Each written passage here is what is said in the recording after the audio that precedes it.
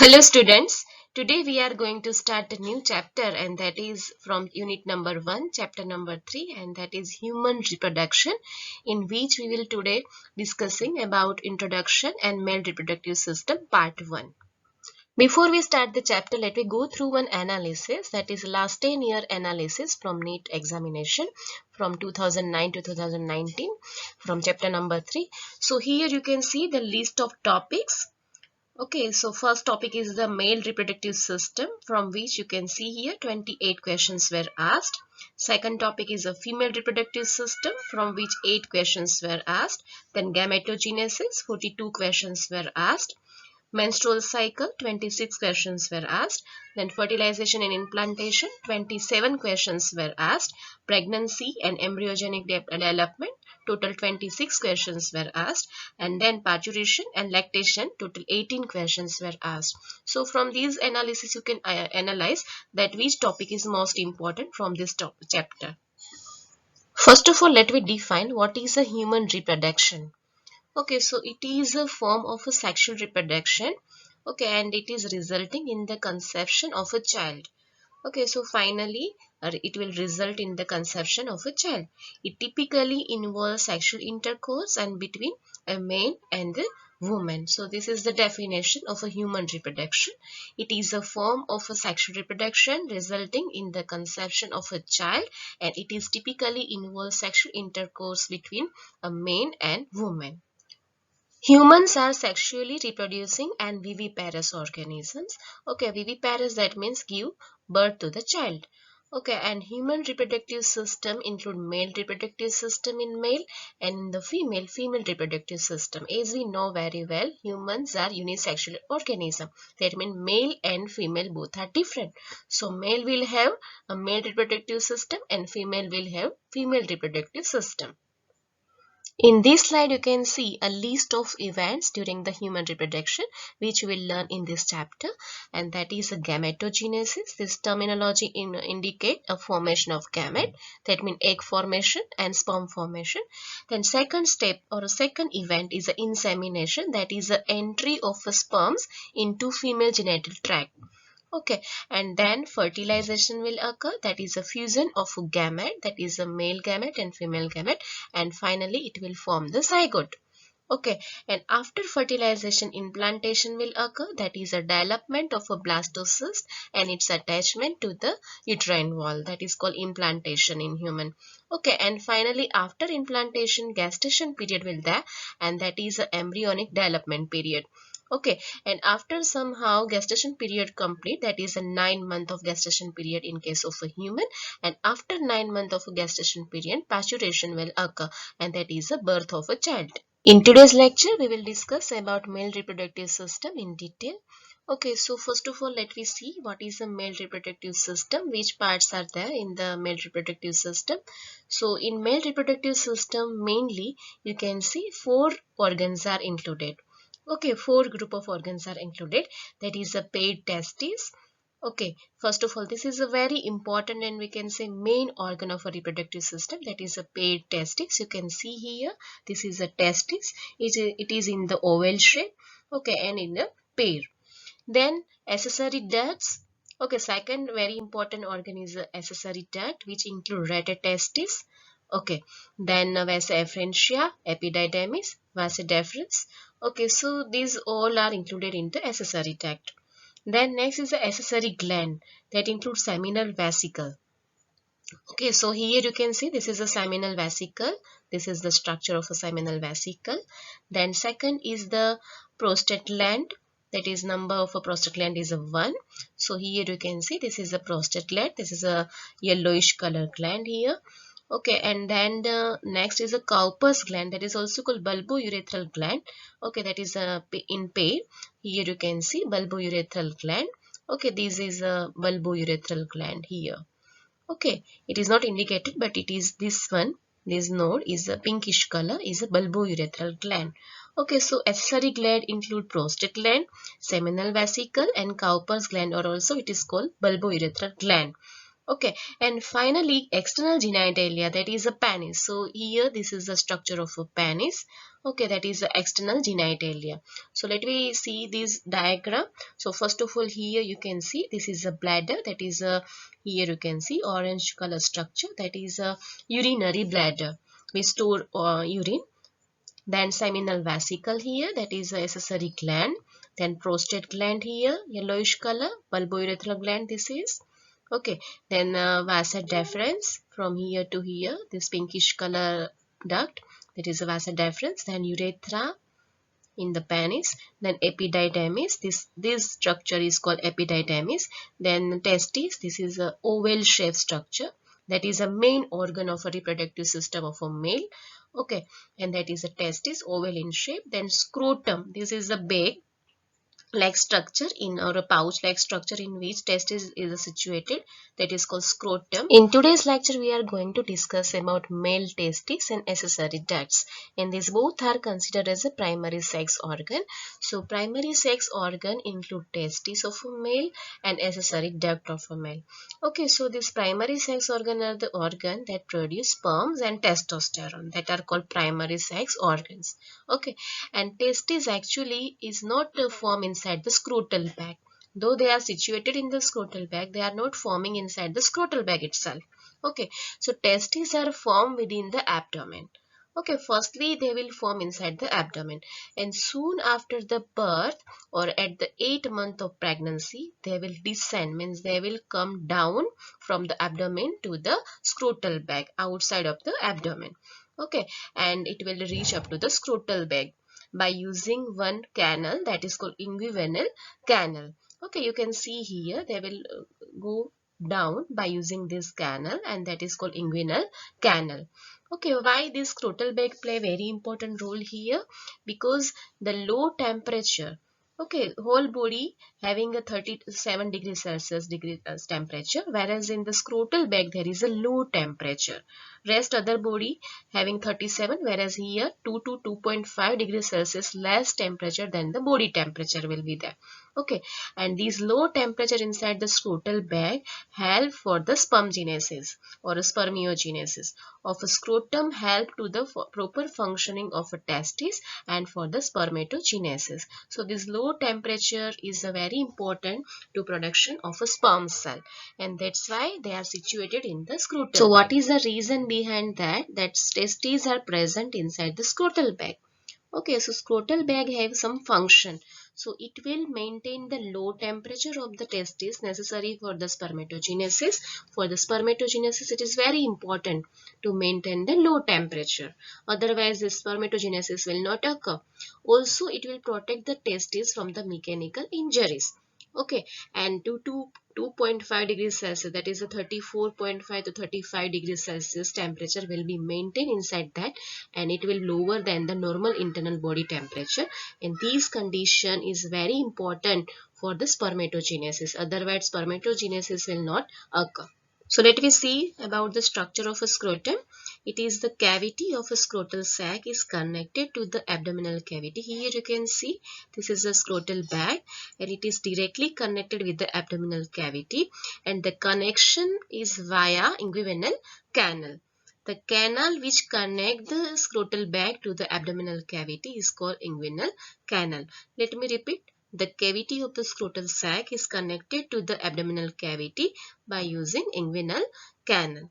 Okay, so inguinal canal is playing very important role for connecting this abdominal cavity with the scrotal sac. Next important structure is a spermatic cord. Okay, so here you can see a spermatic cord may have arteries, veins, nerves, vasa deferens and other tissues. It runs from the abdomen down to the each testicle through the inguinal canal. Here you can see. Okay, this is inguinal canal. Okay, and in which you can see here arteries, vein, nerves, one network of the ducts is there. Okay, that is including arteries, vein, nerves, vas deferens and other tissues. Now let me discuss in detail about testis.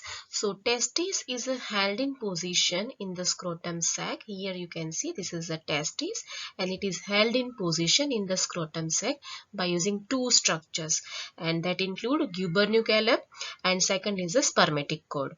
So this gubernaculum and the spermaticle together held this position. In this slide you can see the structure of a gubernaculum, and here this is the structure which held the position of a testis, that is a gubernaculum, a fibrous cord that connect the testis with the bottom of the scrotum.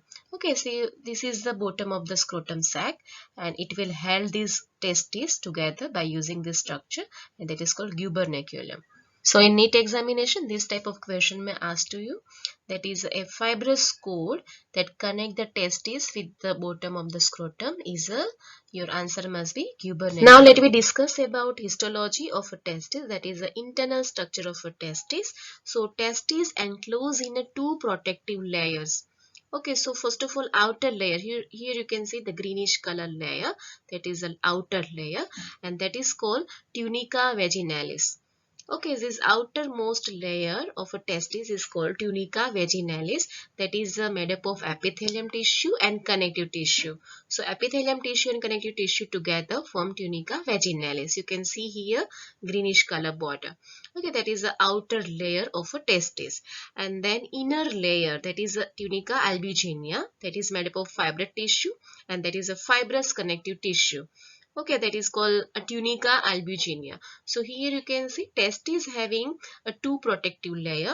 Outermost layer is a tunica vaginalis and innermost layer is a tunica albuginea.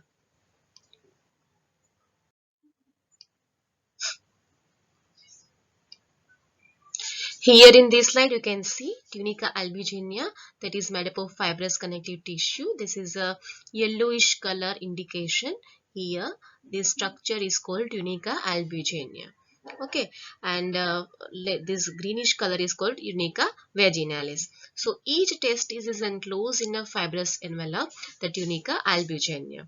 It extends inward to form a septa. Here you can see it will not just a layer, it will extend. Okay, and due to extension inward, it will form the septa, and due to that you can see here, this is the testis. In internal structure you can see a septa or a chambers will be formed due to extension in inner side. Okay, due to this the tunica albuginea extended towards the inward, here you can see testis itself will be divided into too many chambers. Okay, partitions.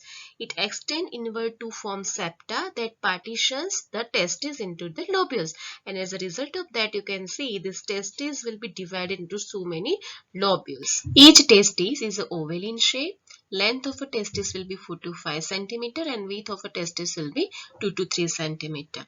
Each testis has about 250 testicular lobules. As I told you in previous slide, inside the testis there is a lobules present in it, and that is due to tunica albuginea extensions, and the number of testicular lobules will be 250 in each testis.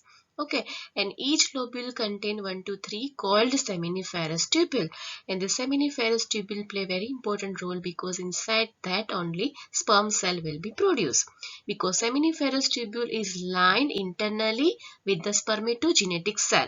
So the spermatogenetic cell itself will divide by meiotically and it will produce sperm cell, and that is called spermatogonia or a male germ cell. And also they will possess Sertoli cell, and the Sertoli cell is called supporting cells, and they are providing nutrition to the cells, and that's why it is called nurse cell also. So Sertoli cells are present in the as a supporting cells. Here you can see this is the Sertoli cells inside there. Okay, this is the Sertoli cell, surrounding that is the spermatogenetic cells. Sertoli cells give shape and nourishment to the developing spermatogonia. That's why sometimes Sertoli cell itself will called as a nurse cell. As we have discussed already, in each lobule there is a 2 to 3 seminiferous tubule. That is a cold seminiferous tubule. Okay, and the region outside the seminiferous tubule, that is called interstitial space, it will contain small blood vessels, interstitial cells. This interstitial cell is also called leading cells, and that is responsible for the production of testosterone. Okay, and immunologically competent cells also present inside the interstitial space. And leading cells secrete testicular hormone, that is called androgen, or commonly it is called as a testosterone. Up to this, whatever we have discussed, whatever we have studied in this lecture is all about testis and its structure. Okay, and that is present in the pair in a male reproductive system. Now let me go through accessory ducts, and that is also called duct system. Okay, so this duct system include mainly rete testis, okay, then vasa afferentia, epididymis, and vas deferens. Okay, so here you can see this is the chamber. Okay, that is including seminiferous tubule. Here you can see coiled structure, that is a seminiferous tubule. Okay, and after that you can see here one network is there. Okay, interwoven network is there, irregular cavity like structure is there. So all seminiferous tubule will open inside the rete testis. This network is called rete testis. Okay, and this rete testis now will open this is the structure. In this structure it will open, and that is called vasa afferentia. Okay, so this is the structure. So for the, let me repeat, this is a coiled structure in each lobule. From each lobule testis will have these lobules. Okay, and this lobule will have seminiferous tubule. This seminiferous tubule will open in the rete testis, this network like structure, this structure. Okay, in this structure, that is the rete testis will connected with the tubule, and this is called vasa afferentia. That is a series of fine tubule. Okay, so this series of fine tubule now will open inside the next level, and that is called epididymis. Here you can see this is the head portion of epididymis. So this structure is now called epididymis. Okay, and finally this epididymis will continue with this structure, and this structure or a duct is called vas deferens. So this is the flow. First of all, seminiferous tubule, okay, then rete testis, then vasa afferentia, then epididymis, and then vasa deferens. Okay, so finally sperm cell will now, this is the flow of a sperm cell. So first of all, sperm cell will be produced inside the seminiferous tubule, and after the formation of a seminiferous tubule, it will be flowed to rete testis, then vasa afferentia, then epididymis. Inside the epididymis, they will mature, and then it will be flowed to vasa deferens, then common ejaculatory duct, urethra, and urethral meatus. Okay, so first of all, they will produce inside the testis, then it will be flow through rete testis, vasa afferentia, then it will be come to the epididymis, then they will flow through vasa deferens here. Okay, and then vasa deferens will flow through common ejaculatory ducts. This is the common ejaculatory duct. Okay, and that will be passed from the penis. Okay, and finally in the urethra and urethral meatus. This is the urethral meatus, or we can say opening of a sperm cells. Okay, and the urethra receives the duct of a prostate and Cowper's gland and passes through the penis. Okay, and these all we will discuss in detail in next lecture. What is the prostate structure, what is the role of a Cowper's gland, and what is the structure of a penis. We will discuss in next lecture. So this is your homework for today's lecture, and before we finish this lecture, let me summarize whole topic by using one animation video. So look at this video.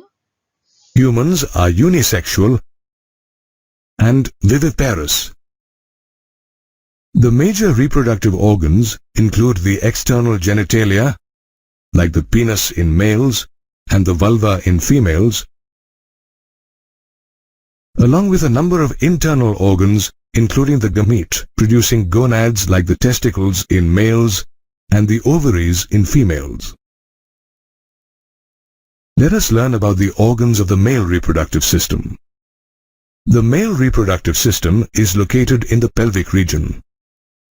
It includes the testes, accessory ducts, accessory glands, and external genitalia.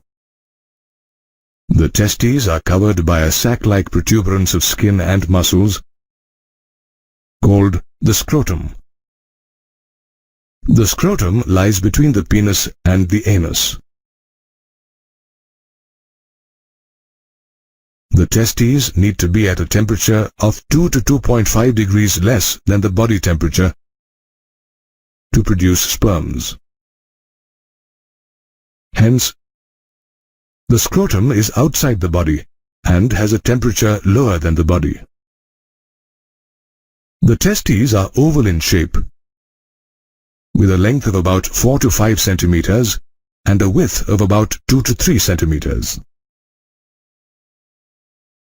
The testes are surrounded by a tough connective tissue capsule called the tunica albuginea. Each testes has 250 compartments called testicular lobules. Each lobule, in turn, contains 1 to 3 highly coiled seminiferous tubules.